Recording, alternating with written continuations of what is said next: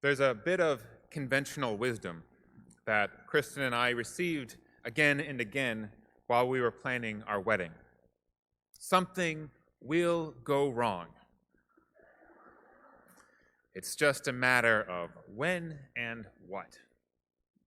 So it did not take long.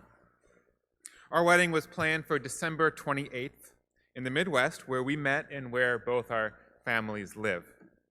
After celebrating Christmas Eve right here at Fourth Universalist, we flew out the next morning, Christmas Day, tired from the holidays, but excited about the next few days. Kristen's dad picked us up from the airport, and we started talking through all the planning that had happened, how amazing it was that the day was finally here after a 1.5 year engagement, and what still needed to be done, as the list was always long. One of those things that needed to be done was the marriage license, a fairly important part of a wedding.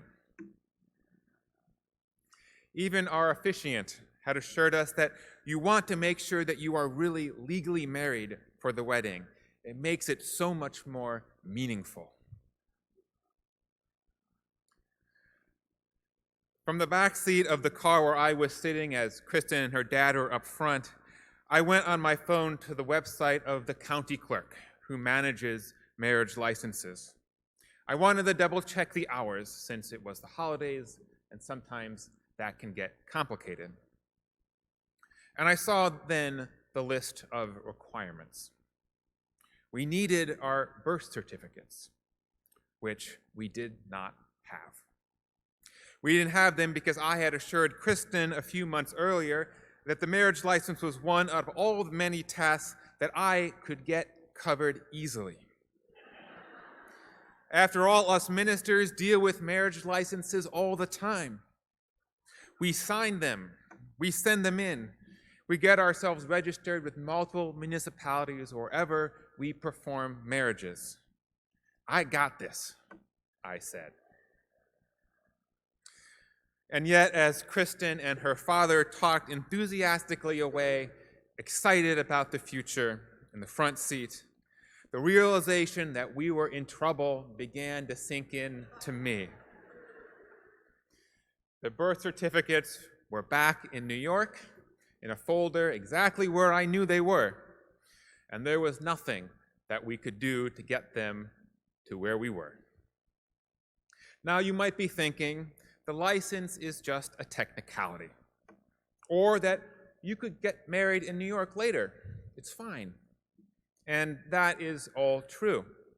And that's what I would tell a couple who had forgotten their birth certificates. But I also knew how much excitement everyone was feeling in that moment, and I really didn't want to ruin it with my mistake. I didn't want to change the tone of enthusiasm to anxiety. Literally, the first thing that could go wrong did go wrong. We were just off the plane. And it felt a bit like I had failed my very first test. Sitting in the back seat, I could hear the voices of others saying, "You had one job." I did have others, but certainly this was an important one. It was also a mistake that I knew I would have to share.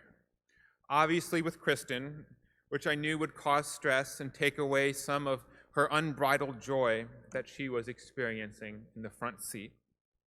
But I also knew that her family would know as well, who we were staying with that night. We would need their help to see if something could be done, some work around found. Now, like most of us, I don't like looking bad, particularly to new in-laws.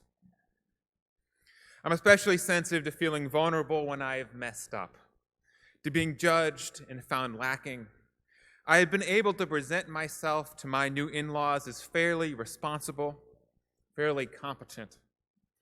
But there was no denying that that might be in question after this mess-up. They would know. I would soon learn that weddings were about many things, and one of them was about being vulnerable. For me, it started with the marriage license fiasco, when all I could do was apologize to Kristen and ask her family for their help. But I found very quickly that you are vulnerable throughout the entire process. You are vulnerable when you invite someone to your wedding because you are telling them that they are important to you. You are putting yourself out there because maybe they wouldn't invite you to theirs. You are vulnerable because you've planned a huge party that you hope people will like, but maybe they won't. You are vulnerable because you've asked people to speak about you, to toast you, to share their feelings about you, and you don't know what they will say. You are vulnerable because you have to speak too. Being vulnerable at weddings is the hardest part, but it can also be some of the best parts. When Kristen and I were struggling to imagine a wedding ceremony without actually being legally married, we had to think about why we wanted a wedding ceremony in the first place at all. Why not just go to City Hall? Why not just let everyone know through a Facebook post that we were married? Why not just acknowledge that we loved each other and then move on and build a life? What was the point of this big event, beyond the excuse to throw a party and the societal expectations that we needed to have one of these things? We bantered it back and forth, trying to make sense of what we were doing. We eventually realized that there was something special about a wedding ceremony, a wedding process, in gathering all of our loved ones together, and that with them there sharing that this life-changing decision had been made. We found that the publicness of a wedding matters. The vulnerability of it matters. To make promises and vows that are not privately given, but in front of witnesses, allows people to support you and also keep you accountable in keeping them. It's a much bigger deal if everyone else is in on it than just the two of you. And so we proceeded to get married without the marriage license. Our venue was in a nature center along the shores of Lake Michigan. It was rustic and in the woods. The ceremony centered around a fireplace decorated with candles and wintergreens and pine. My brother and Kristen's cousin told the story of our relationship during the ceremony. Friends from divinity school did a creative performance art piece about love. We didn't know what to expect. That was another nervous part of the ceremony. What made us the most nervous, though, most vulnerable, was our vows. The caterer, the venues, the DJ, all of that felt like a train that we could just put on tracks and let go. But the vows are personal. They're ours. They're an expression of love and intimacy, usually reserved for private conversation. It was not a brand new experience for us privately. On major holidays and birthdays, we will often write cards to each other, sharing some affectionate words or some small gift. But the public nature of it made sharing feel very different. These were going to be heard by a lot of people. Kristen and I had written them ahead of time and written them carefully. We agreed they'd be about 500 words and passed them by trusted sources who made sure they had the same tone and there was nothing too embarrassing about them. Kristen went first. She said some very nice things. They weren't boilerplate, contained nothing trite or pithy, and she spoke lovingly about some of the things that are unique about the two of us in our relationship. It was real and sincere and moving.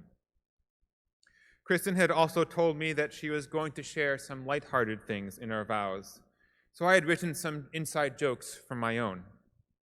I talked about what I loved about her and what I promised to her. I didn't mean to make her feel vulnerable, but I think I did. There was a moment where I worried I had shared too much and embarrassed her, but I think it was mostly just surprise, at which I think people there found endearing, I hope. Which was how I meant it, that love is real and bold and unapologetic. In the risk we both took, I think there was beauty. I found that the wedding weekend was all about this risk, for Kristen and me, but also for our guests. Weddings are strange moments in time because, like many rites of passage, they are a moment where we are able and given permission to share what otherwise we keep inside. We speak what is usually unspoken. We name directly what might otherwise just be assumed. That's true in the vows. It's true in the toasts offered by parents and friends and siblings.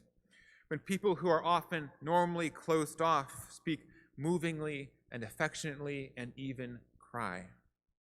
It's true in conversations with family and friends who know that in the busyness of a wedding might only get one chance to say something kind and sweet.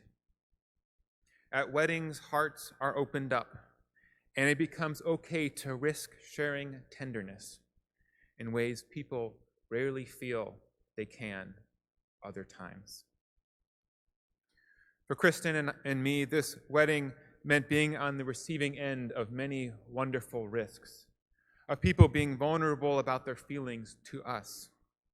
And I found myself wanting to reciprocate back to them.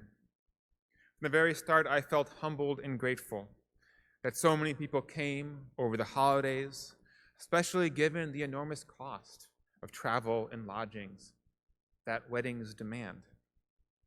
People's presence alone was a gift. And in many cases, the people who were there were people I hadn't seen in a very long time, who I wished I saw more, whose presences in my life I missed. Seeing them there reminded me of the hole in my life that they had left. So I challenged myself to say what I was feeling. It is not normally my way to be so forthcoming. My brother, who was there, is much better at it, and so I tried to channel him, to share love and affection, speak openly about friendship and appreciation, without worrying about being embarrassed by one's feelings or fearing that it won't be reciprocated. Our wedding was a chance to practice this giving to other people. And as it winded down, as people began leaving the dance floor and heading back to their hotel, I could feel myself held by the collective vulnerability that had been shared, that there was love in that room, and that it had been named and spoken.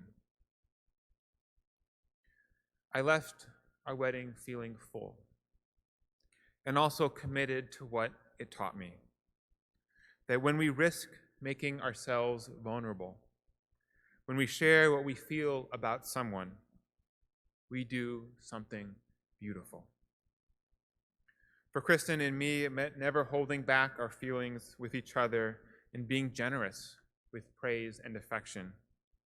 With family and friends, it means being open about why we care about them, why they are special to us, and not having to wait for some special occasion when it is understood to be acceptable to share those feelings. I didn't want the spirit of the wedding to end, because I want to live in a world where the risk and emotional vulnerability that were present there are a constant. It is so much easier for all of us to be closed off, to appreciate people, but not to really let them know, to stay safe and hope that that person just knows how important they are. But something special happens when we share what we feel.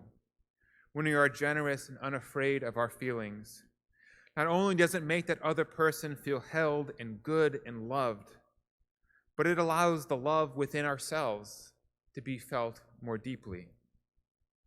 We don't have to hide or pretend anymore. We can just be our fullest selves, unbridled in the joy we feel given by another person in our life. We want to feel free to be ourselves, to express ourselves, our love and our affection.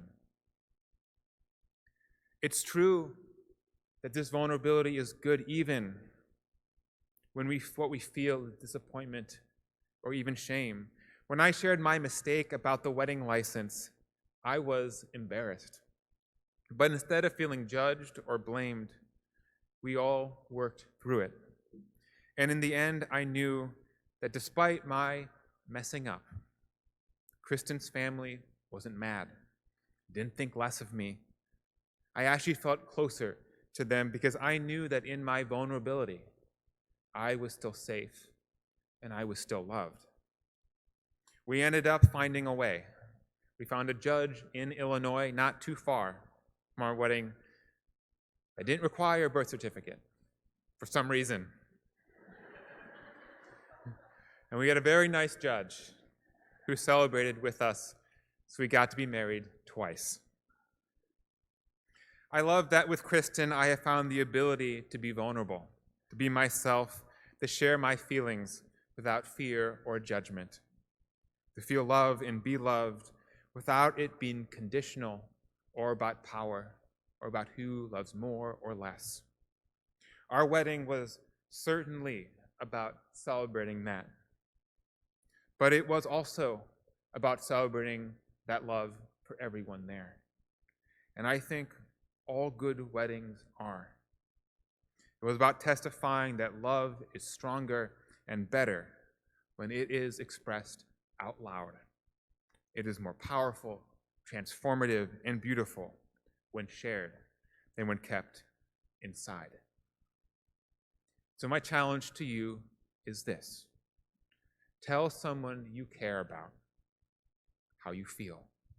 Tell someone who might not know, who you might assume knows.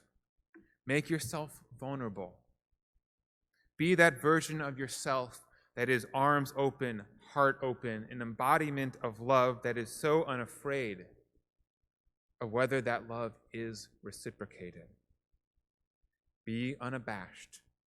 Be that version of yourself that makes people in your life feel just in a moment that they are special to you.